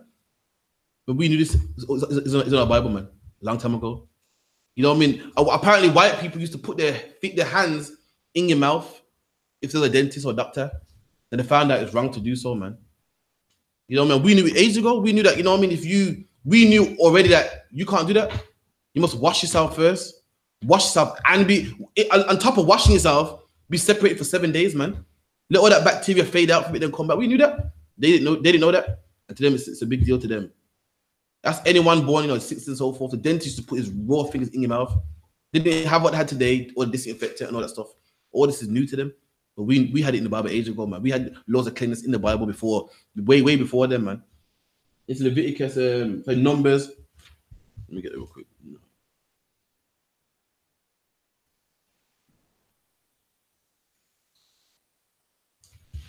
It's in Numbers 9 and 6. And then I'll show you how serious the Lord took this. The Lord don't want you with dead people in your yard for so long, man. This is how serious the Lord took this. And there were certain men who were defiled by a dead body of a man. So there was, at this time, there were certain men that were unclean by a body of a man. It don't say why. Could have been his dad found in his bed. Could have been a man they killed in war. It don't say. But they was unclean because they touched a dead body. That they could not keep the Passover on that day. And these men were unclean, couldn't keep it. And every man must keep the Passover. And the Lord took it so serious, these men could not keep the Passover. They had to miss it, man. No fault of their own, but they could not keep the Lord's Passover. And every male, every Israelite born male must keep the Passover, man. And the Lord said, listen, not touching that dead body, you know. You know what I mean? Not touching them bones, you know. And these men could not keep the Passover, man. That's how serious the Lord takes this, man. So, okay, what are the questions? Oh, no, swear. So, get Sirach 38:16. Ecclesiasticus 38:16. So, like here.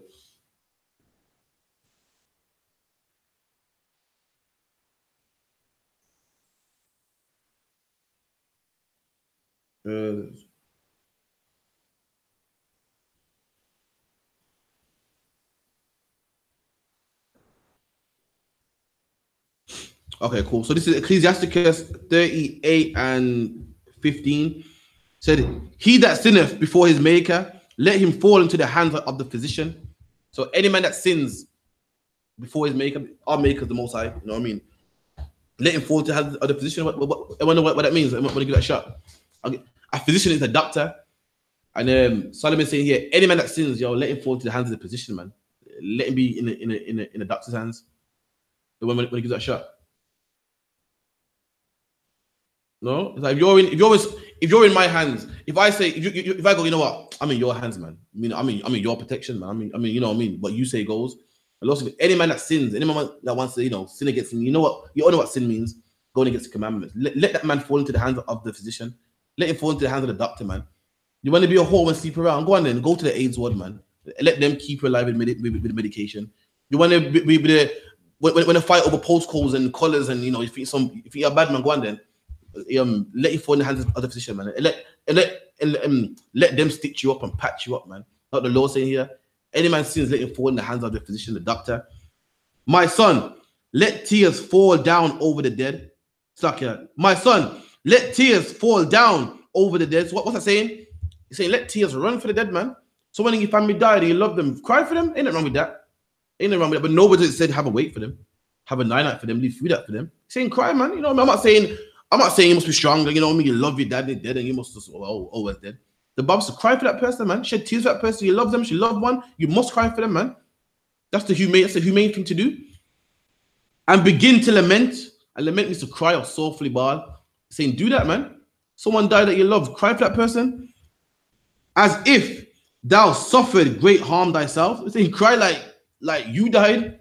Like you suffered harm yourself. Like you're in pain. Cry, man. Let it out, man.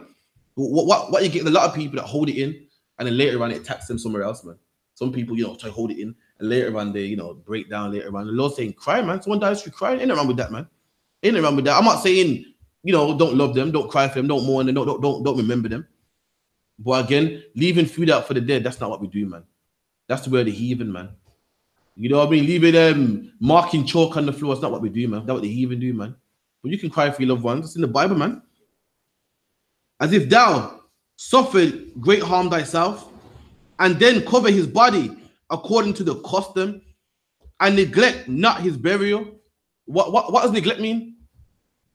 To not do something. If I neglect you, what do you call it again? Negligence. Negligence, like you neglect something, you don't really take care of it, man. The Bible saying bury that person. It's like this. Say bury them, not keep them in the house, rotting. How much days? Not leave them in the house, whatever, and drink of it. Bury them straight away, man. ASAP, man. It's in the law. Remind me, it's in the law, man, that a man that's dead, his body shall not remain overnight, man. Christ himself, the next night they buried him. They didn't leave him on the cross for 9 days. They didn't put him in the house for 9 days, man. The Bible saying cry for that person, you love him, cry sore for him, and then bury that person, man.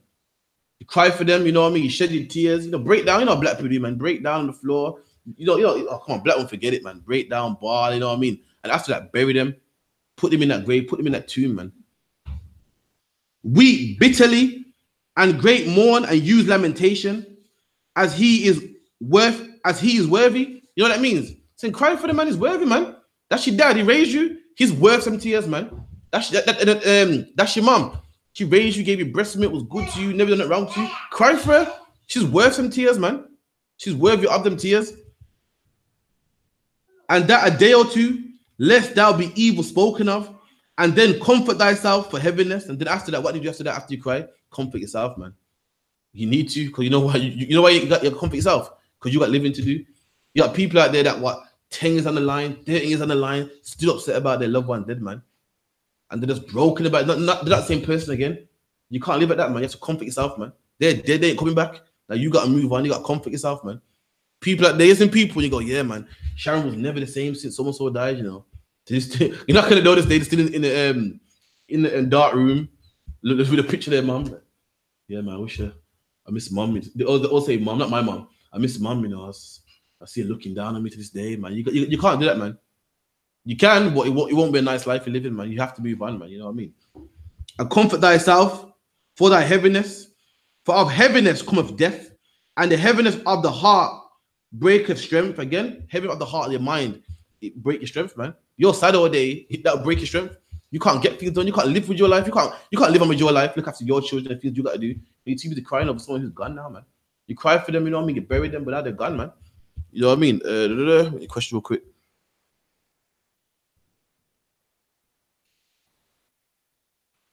Can you please do a high holiday feast day video? So, yeah. To the brother online, every high holiday, every single one is online, live. You know what I mean? Every man in the I.S.U.P.K. we do our high holidays on 7 p.m. sharp till 9. So all you gotta do is log in online, man. You know what you can do, bro? You can watch every single one, man. You can watch the Harlem one, and you know what I mean, the Brooklyn one, the UK one. You know what I mean? We do it every high holiday. We have an online class, so we will do a video on it. You can watch it online, live, ask questions, everything, man.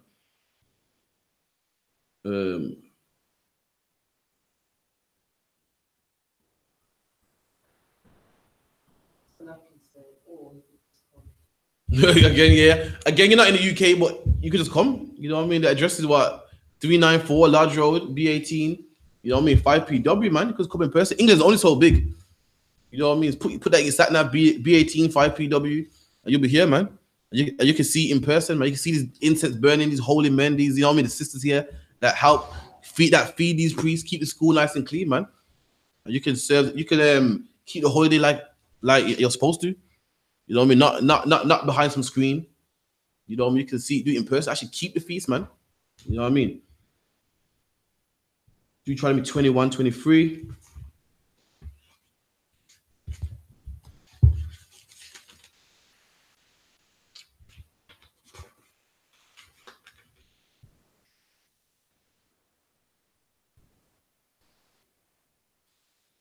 Okay, so this is Deuteronomy 21, 22, yeah?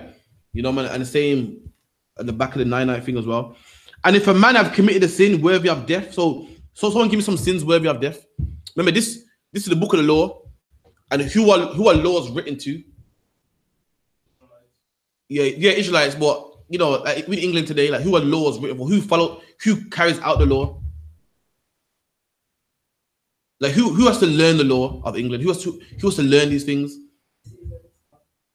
Policemen, because they enforce the law. When you go to police training, they make you read the book under the Section Act. He can't do that. And again, these laws are written to the leaders of Israel. Why they're going to carry out the law? These are the ones that say that's wrong. According to law, you can't do this. So Moses teaching the heads of the people, and he said, if any man commit a sin worthy of death, what certain sins worthy of death? Remember the certain sins that you can pay a fine, certain sins that you get beatings for, certain sins that you get the best. We have to take the best of your lamb. That way, it's a punishment. You know, you got a nice lamb, it's fresh. You can produce more lambs. You know what I mean? Like no mange. I know what mange is, isn't it? No mange on it. It's nice. We'll take that from you, man. So you go, shit, man. You know what? I ain't doing that again. My good lamb, you know, gone. We had sins like that. But some sins worthy of death. It's like this. Homosexuality. Witchcraft. These sins, there was no lamb for that. There was no slap on the wrist for that. There was no fine for that, man. And just like the white man today, certain crimes, you must go to prison, man. Certain crimes, you know, a little littering or, you know, you might get a little robbery charge, slap on the wrist, community services. And there's some crimes you must go to prison for, man. Murder, you are going to do time. You are going to life. That's a fact. A gun charge, you are going to do time. A knife, you have a knife on you, you stab nobody, you are going to do 4 years, man. Some crimes are bigger than others, and we're the same thing. Some sins are worthy of death. You must die. You know what I mean? Having sex with an animal, you must die. Witchcraft, must die. What else? Any other god. If we bust open your door and we saw Quran, yo, you couldn't tell the priest I was studying it for reference. You couldn't tell the priest, no, what it was. I was just, you know, that was your head, man. And the sisters, yeah, Hadassah and Line said murderers also, that was death, punishable by death. So anyway, and if a man have committed a sin worthy of death, and he be put to death, so if you find a man doing one of these things, and you kill him, you know what I mean, according to law, you know, you hang him or, you know, you burn him alive, whatever the case may be, and thou hang him on a tree, his body shall not remain all night upon the tree, but thou shalt in any wise bury him that day. There you go. So even a criminal, his body had to be buried that same day, man. We did not leave bodies for 9 days in someone's front room, man. That's not what we done. We buried our bodies, man. Keep the diseases away, keep the plagues away. Even a criminal got a decent burial, man. That's not our culture, man. So again, if you find Israelites, you find black and Hispanic people with people in their front room dead for 9 days, that's not our culture. I'm reading our culture right here, and our culture, we don't do that, man. We don't do that. Christ himself was taken down the same night he died, man. That's not what we do. So if anyone's talking about keep up for 9 days, they're following someone else's culture, man. As we know as the Africans, according to Israelite culture, that man will be buried the same day, man. Let me get it as well. Let me see it.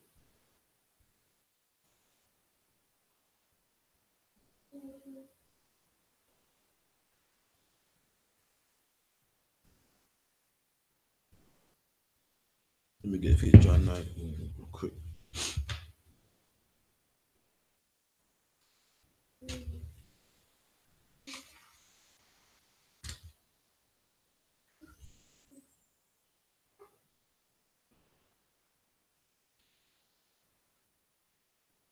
Let me see.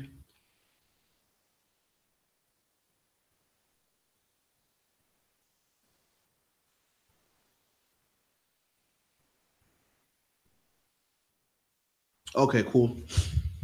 So again, verse 30.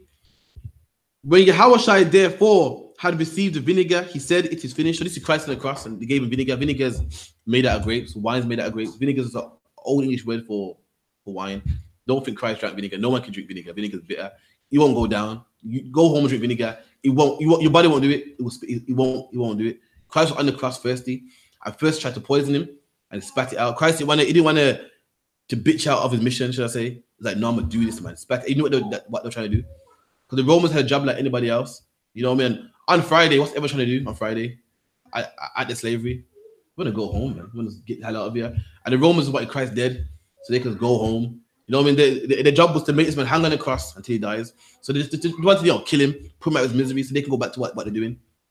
Christ's like, no, I'm not doing that. You know what I'm saying? After they gave Christ, when they did that to him, he said it is finished. So he spat the wine out and he said, it's finished, man. Christ did his mission. He said, nah, man. You know what I mean? I took this pain for Israel. You know what I mean? I didn't take the back. You know what I mean? I didn't take no next exit. I did what I was supposed to do. It is finished. And he bowed his head and gave it the ghost. So you know what I mean? Christ like, yeah, man. I did what I was supposed to do, and boom, just died, man. You know, that's how it works. So like, yeah. Poisons in the wine. Yeah, they're giving gall and vinegar.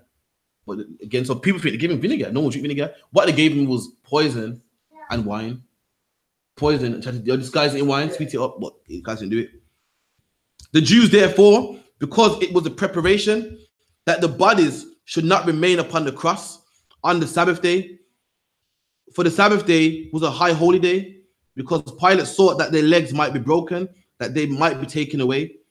Then came the soldiers and break the legs of the first. It's the one. So again, talking about the soldiers, you know what I mean? Because people play dead and shit, you know what I mean? Try to get off the cross and run off. So they'll break your legs, so you'll cry out and so forth, and they know you're not dead. Let me skip down some.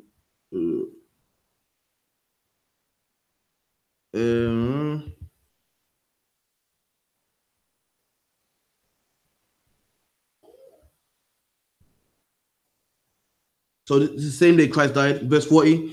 Then they took the body of Yahushua and wound it in linen with spices, as all manner of the Jews is to bury. Again, to bury. So Christ has been dead a day. And what have they done now? Took his body off the cross, put him in spices, you know what I mean? Make him smell good, wrapped him in fine clothes, fine linen. And now what they're going to do with him? They're going to bury him. You know what I mean? And who's greater than Christ, man? No man is.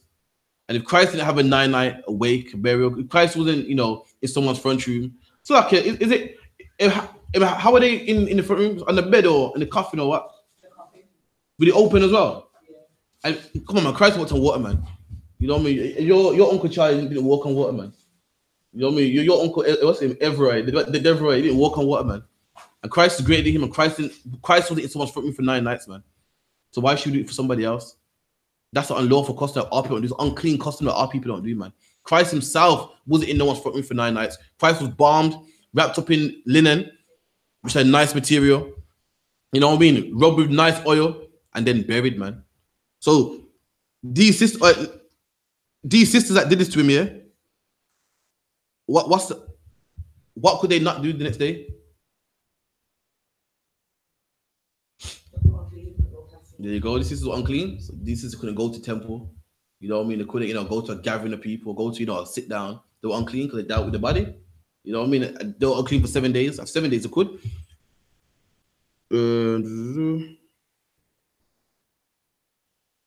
Yeah, and then I think, yeah. Now, verse 41. Now, in the place where they were, in the place where he was crucified, there was a garden, and in the garden, a new sepulchre. So the garden, in that garden, a new tomb. No man never died in there. No one's in there before, just made.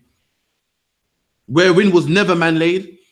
There led they Yahushua, therefore, and they put Christ in the tomb. There was Christ, man, straight off the cross. You know what I mean? Treated, wrapped up nice, and straight into a tomb, man. In no wake.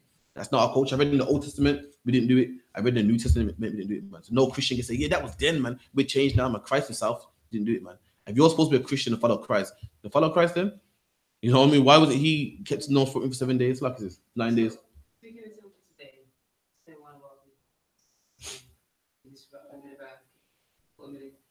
Nah, bury them. You know, if someone dies, you know, you give him a good burial. You know, sepulchre is the same as burying someone. Is it just there's no like, you know, like how Christians is like a mourning, and you go to the graveside and you have an after party? Is it just, you know, the next day after the person died? No, I could ask for you. You know, I could ask Captain Mashak for you. You know what I mean? Because I'm pretty sure, you know what I mean. General Muhammad said he's done many funerals before. No. It never been something like I think it was. He said we never go to a funeral. We got work to do. But I'm not sure. I'll find out for you. But again, you know what I mean. We went cold. We was leave you. You know, not that we didn't care about you. You know, we didn't care and stuff. But we didn't do what the heathen did. We didn't leave food out for them. You know, we didn't leave food on their grave like what Chinese do. You know, Chinese people leave food on their family's gravestone and believe they eat it. I guess you really eat it, man. The birds, man. The crows and the magpies, they eat it, man. You don't come up. But women used to have her son was scared of the dark. So what she do every day at night time, leave a candle on his grave. And guess what? Her son still sees dark. You know what I mean? So like, yeah, it's in a box, man. That's not what we do. Everything the heathen do is superstitious, man. We don't bow down to trees. We don't give Easter eggs. Boys don't lay eggs. All the thing they do is ridiculous, man. It's ridiculous. We don't, we're not scared to walk on a crack. We don't give heed to all of stuff, man. None that's the same thing. You know what I mean? Again, a man's dead. He was here. He was a good person who was here, and now he's not here no more, man. And we honor him, and it's sad he's gone, and we cry for him. Because he's not here no more, man. The guy that was here, he might die painful death. Cry for him, and then we get over him. You know what I mean? Let me get one more on the death scriptures real quick. Shalom to Yana Quaf.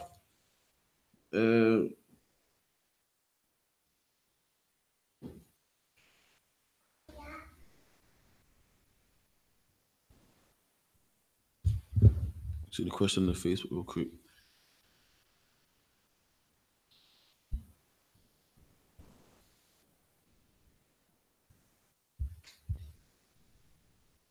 So like the other one. Trust. Sister goes, you don't remember, you don't want your last memories to be of someone rotting in your front room. Like, how do you sleep at night? No, the dead man downstairs, man. Damn. Imagine you're upstairs sleeping, there's a dead man in your front room, all cold and stiff. Oh, I couldn't do it, man. It's too much for me, man. That's mad, man. So this is Matthew 8:21. And another disciple said unto him, Lord, suffer me to bury my father. So I believe this is Peter and Andrew. You know what I mean? This time, you read the whole chapter here. Christ is going around getting disciples together. Christ saw some men. He saw 12 men, and he saw something in them, man. Christ only rode with 12 men. These 12 men, he saw something in them. And he told his men to follow me, man. He saw something in them, so you know what? I see something in you, man. You could be a good leader. Follow me. So another one, follow me. He saw men being fishermen.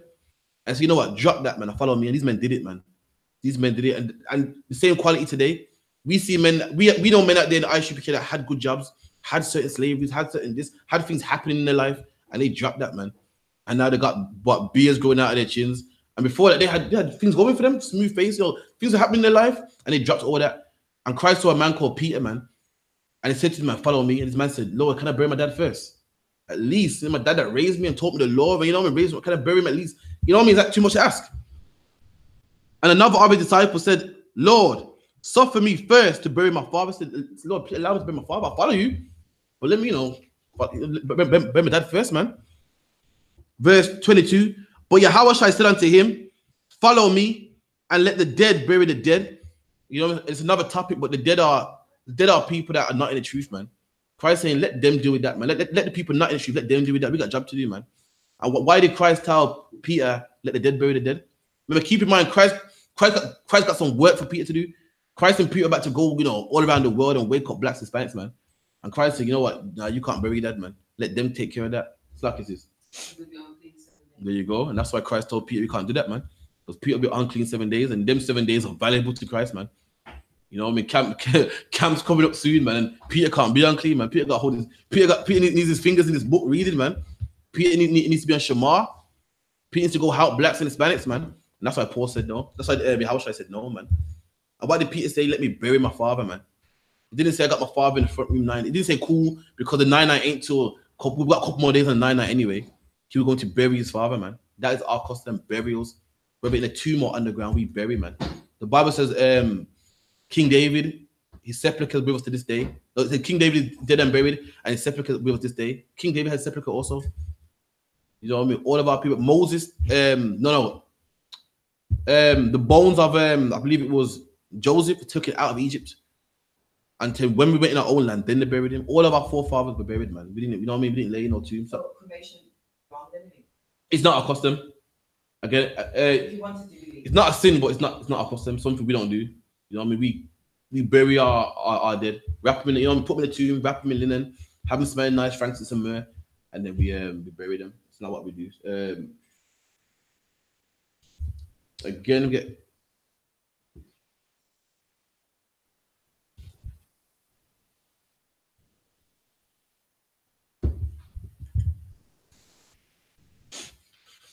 Ecclesiastes 3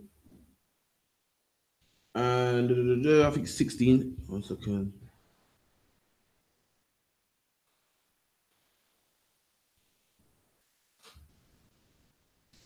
It's Ecclesiastes 6 and 15. That which have been is now, and that which is to be have already been, and the Most High required that which is past. So the Lord's saying there's a thing out there that's already been here, and there's something here now that's going to be in the future. You know what I mean? Let's find out what that thing is. Ecclesiastes 6 and 10. Ecclesiastes 6 and 10. That which has been is named already, and it is known that it is man. So that thing that we read about that will be in the future, that has already been here, that's man. Man's already been here, man. So what's that saying about this whole 9-night thing? What's that saying about the spirit passing over, man? It's a lie. Spirits don't pass over into the afterlife and live good, man. Spirits don't drink no wine and live good, man. Spirits come back. Your granddad died. Don't worry about leaving rum for him, man. He'll be back, man. And they can drink rum with you in person. You know what I mean? Your granddad will be your son one day. And when he's of age, you can drink rum with him, man. That person coming back, don't leave no rum out for them, don't leave no food out for them. They'll be back and they can eat all the fish and bammy, man. They can eat fish and get that, you know, when the bone gets stuck in your neck. They can get that feeling, man. It's like it's, You know, I find strange that Christians believe that Christ come back from the dead after 3 days, yeah? Can't. You did? So, yeah, I mean, when we talk about like reincarnation, so Christians make that like so difficult to believe. Okay, Christians just, oh no, Christians like, there's no sense, man. Christians believe that every single person is going to come to alive one day. You know, come on. People from Abraham Lincoln and Moses and everyone come back alive, man. Now, how much do we know this? You do know the world would be overpopulated if everybody came back on this earth. Come on, man. They say England's overpopulated as it is, man. Look at housing problem now. It's ridiculous, man. So, if the Lord made everything in 7 days, and you're born in 1991, then when was you made? The Lord made everything in 7 days. You went there. So where do you come from then? If reincarnation ain't real, the Most High made everything, even yourself. But you come on the scene in the 90s, man. You know how you was here back then, man. But you died and came back again, man. That's all throughout the Bible, man. All throughout scriptures. You know what I mean? You don't cross over on spiritual life and come back on Judgment Day.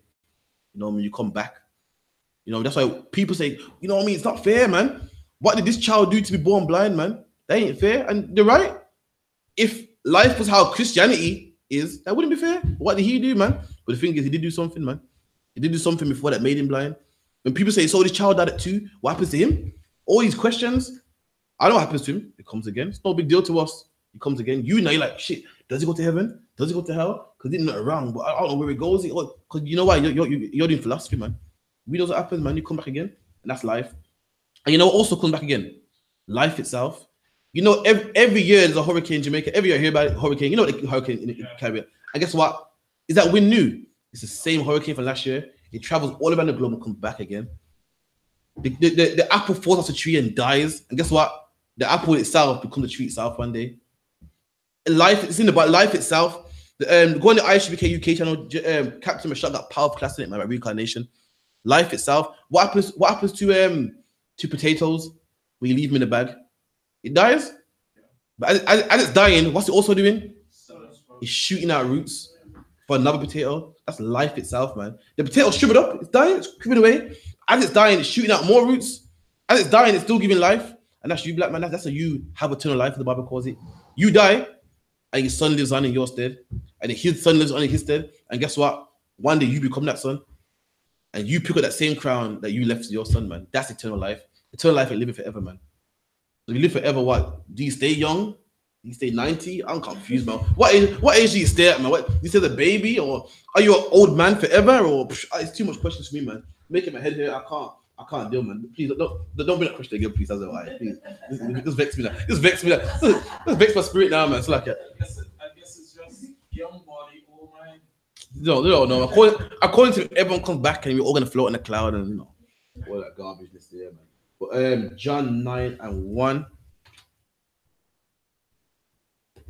No, let me get John 5:21. Listen, this is what Christ said. This is heavy. You know, I heard some GEN.YAHANNA years ago, man. I never forgot this, man. 5:21. Is he I.S.U.P.K speaking? And he reads,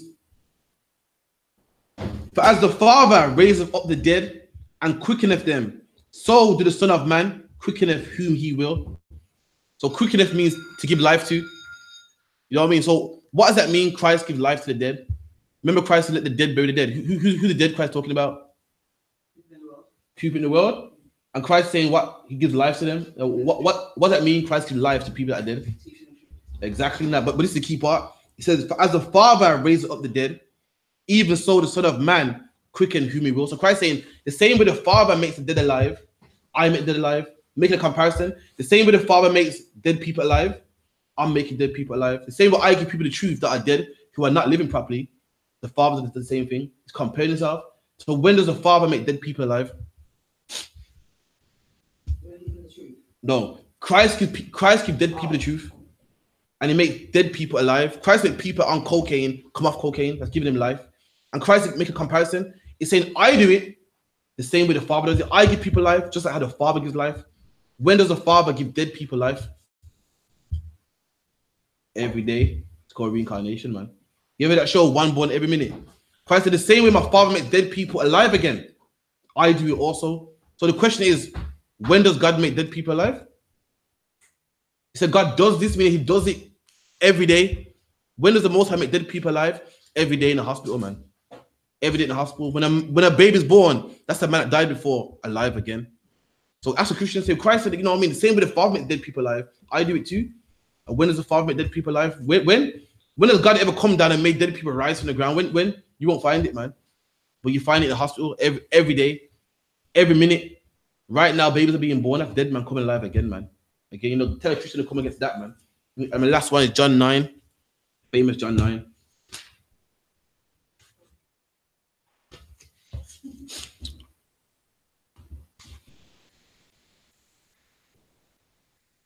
So this is John 9:1. And as Yahushua passed by and saw a man that was blind from his birth. So Christ saw a man blind from his birth. You know what I mean? You walk sometimes on the street, you see blind people in wheelchairs. Christ walked past a man that was blind from his birth. This man was born blind, come out his mom's womb, couldn't see. They put the light in his eye, nothing. His pupil didn't dilate or go small. He was blind from his birth.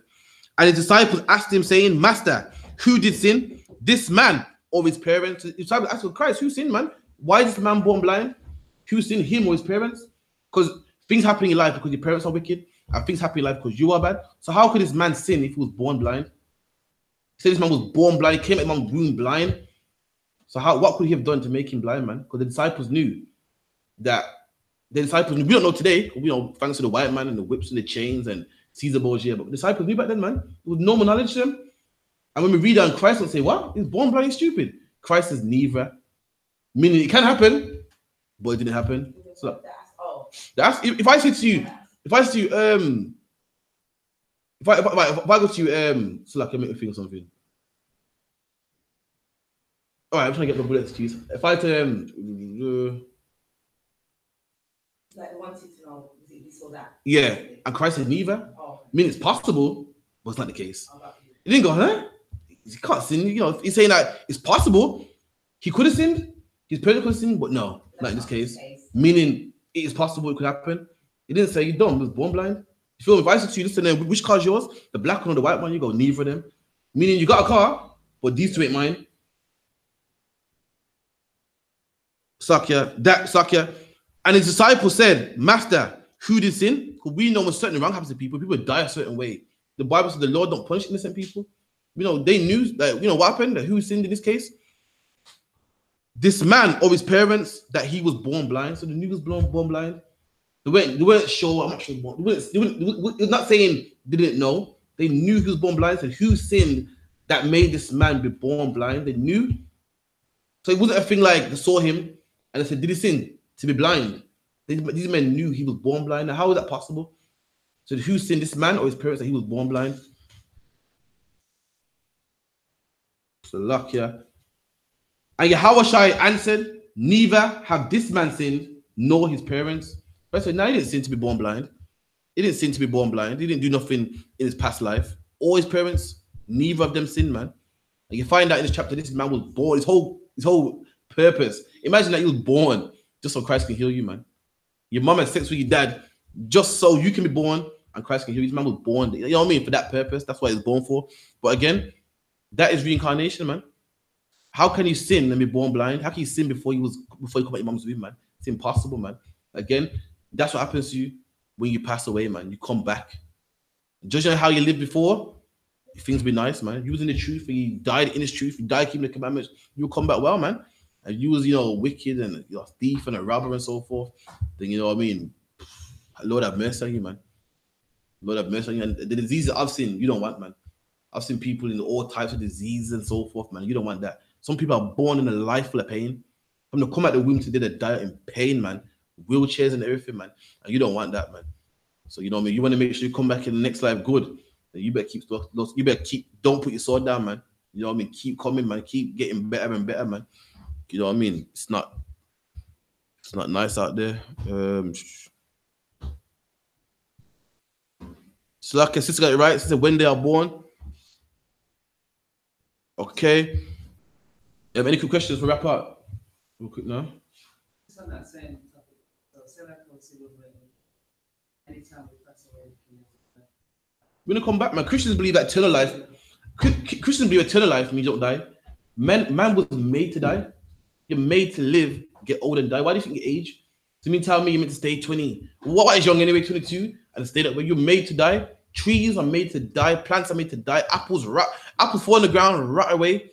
And in the apple, certain house comes a new apple tree comes back, man. You know, the acorn falls off the tree. All right, and for instance, plants before they die shoot seeds out. And that plant dies, and new ones come, and you likely you die, and before you die, you shoot out seed. Well, I shoot out seed, and I make little craffias, and then they die. And that is the purpose of life. Life itself is one big circle. The wind that destroys the Caribbean, that makes every year got sent a barrel out there, man. Every year got him my uncle lying about how he broke his wrist in the Caribbean because he wants money. Lying, his house was fine. I phoned him, you good? Nah, man, the hurricane, it blew my house down. I phoned another auntie. What? Nah, man, we missed it, man. It didn't hit us, man. That same hurricane come back every year, man. It does the same journey too. It hits Florida. It hits Florida. Then it hits Haiti next. Hits Jamaica. Come on, man. The same wind. You know what I mean? The same seeds come back. Come back every year on a different day. There you go. Yeah, it was Gilbert one time. Then it's I think hurricanes are men names and storms are women names. No. I think storms are women names, isn't it? With a storm in UK, what they call Doris or some shit like that. No, I think storms are women names and the alphabetical. So you have like Storm Athena, the next one will be B, will be like Bethany. That's how they do it. They name like this one male, that one a female. No? I think hurricanes are men and storms are female. Oh man, I swear last storm in UK was it Doris? Nah, man, I swear it was Doris, man. I got it, gonna kill me now. No one got it.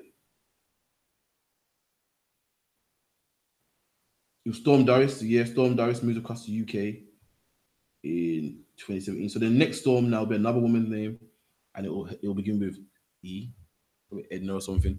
But with that's the class. You know what I mean? Again, make sure you sign in for attendance. And we're gonna start with the announcements and the prayers. So again, everyone just clap it up here.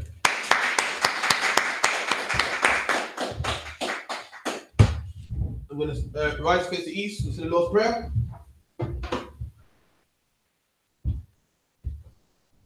So it's Abanawa. Shabbat Shemayim, Kodash, Hayah, Shamka, Yahweh, Malak of Ka, Daba'ah, Ratazaka, Hayah, I.S.U.P.K, Ba'aratazah, Kawa, Hayah, Shemayim, Lafananawa, Lakam, Kal, Yawam, Wasalaknawa, Kabawafnawa, Kasalaknawa, Kabawafinawa, Wala'ah, Tabaya'ainawa, Banasaya 1, Abal, Hawashainawa, Mayan, Rai, Kaya, Laka, Hamalakwa, Waha'ala, Wahafapara, La'aywalamim, Aman, and in the English, our Father, which art in heaven, hallowed be thy name, thy kingdom come, thy will be done in earth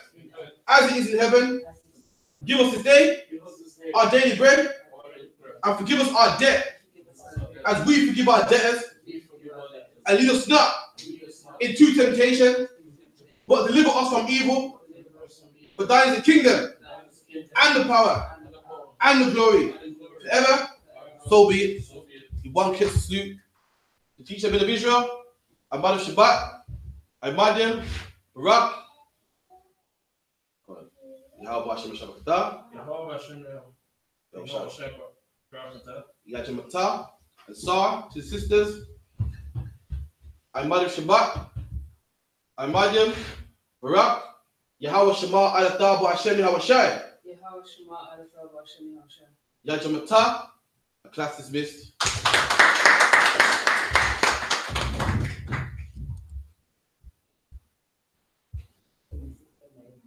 What's in it? Oh, and Prophet, where's them on the don't stop either. Prophet, where's them lollipops that you haven't got? Yo, they done long time, you know. I was looking for them. I was looking for it. Nice coffee, I'll be killing them in it. Not coffee, pressure, sorry.